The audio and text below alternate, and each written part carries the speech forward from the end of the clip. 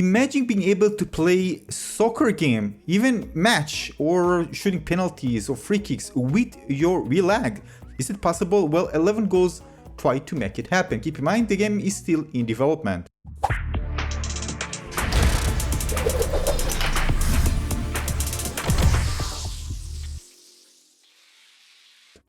So as you can see here, you can use the controller, your Quest controller, in order to put location it. Either you can use it in your hand and just kick with your hand. Of course, the foot will be located accordingly. We're going to show you in a moment. Or you can just attach it to different parts of your legs. The game will give you some, of course, recommendation how to do this. Again, remember, do it at your own risk. But again, there is option to kind of secure the control in your leg and attach it to your shoe, your leg. However, this is an important note. Because my Quest 2 controller is drifting, I couldn't try it. But I tried with the Quest 3, and I have some important notes to share with you. So just so you know, if you wonder how the game can actually do that, well, you can actually adjust, because the controller will be, of course, on the ground with your feet or your ankle, however you decide to put it. There's a way to basically compensate for the movement and orientation, the location and orientation of the controller. And the game does it very well. It gives you kind of a ball which you can rotate, and an option to, you see, these are the controls, by the way, when you play a match. So the game gives you option to change the height, the orientation of the leg, and also this how strong you're gonna strike the ball. So you can kind of tone it down a bit or increase it.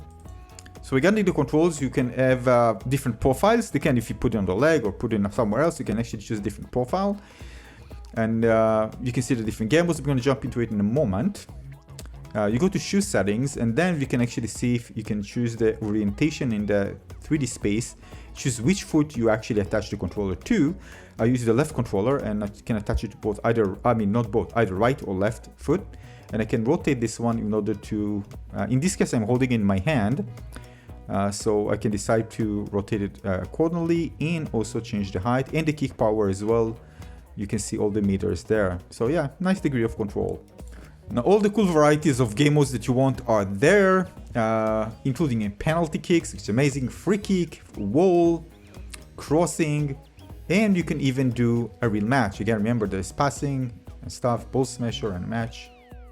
Hey, don't think I'm a lazy dude. I actually tried it. I attached the controller, the Quest 3 controller, to my leg.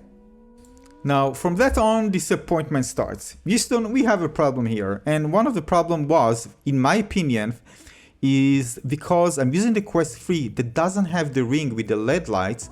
And the LED lights now are, I think, on the black surface itself. I think it just wasn't able to read it properly. Although the LED light were actually facing, the controller was facing more upwards. And I think this leads to the reason why it's not accurate as it should be. And probably this was tested maybe on the Quest 2, but not on the Quest 3. Again, don't know for sure, but I have a feeling that that's the reason. Although at some part it seems like it's working well, but at some part it just drift and the leg appear even near my head, or in another place it was pretty messy.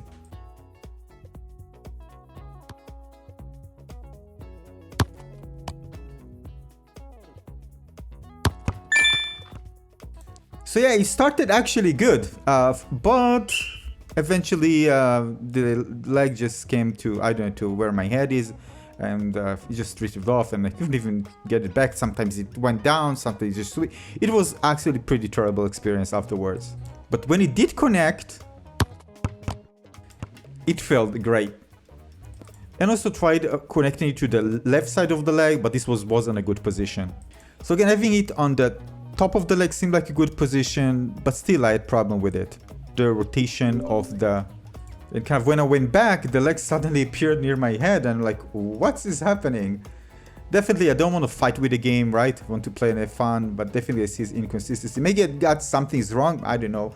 But again, I'm trying with the Quest 3, maybe with the Quest 2 it will work better.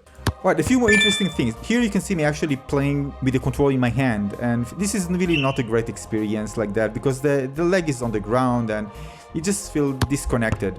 Also had a problem with the balls sometimes just fly way up, very fast, too fast. Also, the AI isn't that great, kind of weird. Even if you just touch the ball, it jumps on the ground. There's some options, by the way, regarding XR and hint something. Couldn't click them. Again, the game is in development, probably haven't finished. It's not a finished feature. Here, by the way, you can see the free kick, which is really like it. Again, the AI isn't great, but when it comes to those who actually just block, they just jump when you try to attack. There's also a target there you can see, and try to kick. Very inaccurate doing it with the hand. So again, this is basically much better when you attach it to the foot, if it works for you. There's some other features here you can see that weren't active. I tried to click them. XR didn't work at all. Here the ball just flies out way high. And yeah, basically issues all over the place. Woo! Look at that. I didn't even do it that hard. So I'm wondering whether there's a math that calculates the distance for a given time rather than real physics in that aspect. I don't know, because you need to give physics to the shoe and the ball something accurately that will represent something that feels real. Because again, what you see out there with the ball just flying so fast, it doesn't really make any sense with the amount of speed that I actually move the controller. But I was wondering whether this is something that can work with the experimental feature of depth AI with the dynamic occlusion. So this is for Figment XR, showcasing the experimental dynamic occlusion.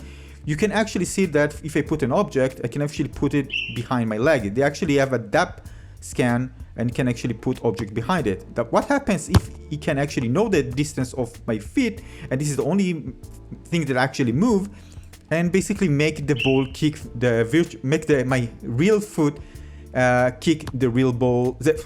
My real foot kick the virtual ball in the game. That would be something very interesting and solve all the issues that we have, right? If it works properly, if it works at all. So something, if I was a developer, something that I would probably at least check it out, see if this is something that can be implemented. So overall, great promise, execution not great. Again, it's still in development, so hopefully this will be improved to work better. But between us, how many people will actually try it with the controller connected? I don't know. Again, this is something that hopefully will be solved. Well, you know, the Quest can detect the lag and can be just implemented very naturally. And I don't know whether if it's possible to do if you are in VR and you can detect the lag basically in pass-through. So again, bottom line, we are not there yet, but I just mentioned again that might work well with the Quest 2 controllers. That because I tried the Quest 3 controllers, I couldn't try it with the Quest 2 because they are drifting. It might work much better than you see here in the video. So I'm just mentioning it, keep this in mind. As for me, playing it on the Quest 3, try with the hand, at different places on my feet. It doesn't work well, inconsistent, it doesn't feel great, it does feel basically unfinished. But the premise is there, hopefully this will be improved and this can be something very special. If it can work, by the way, with the pass-through of the depth API behind the scene without doing it in pass-through and still be in VR, or just using it in mixed reality feature and game mode there as well, that could be something great as well. I want this in mixed reality, by the way. So yeah, so check it out. On-site Quest in the Oculus Store.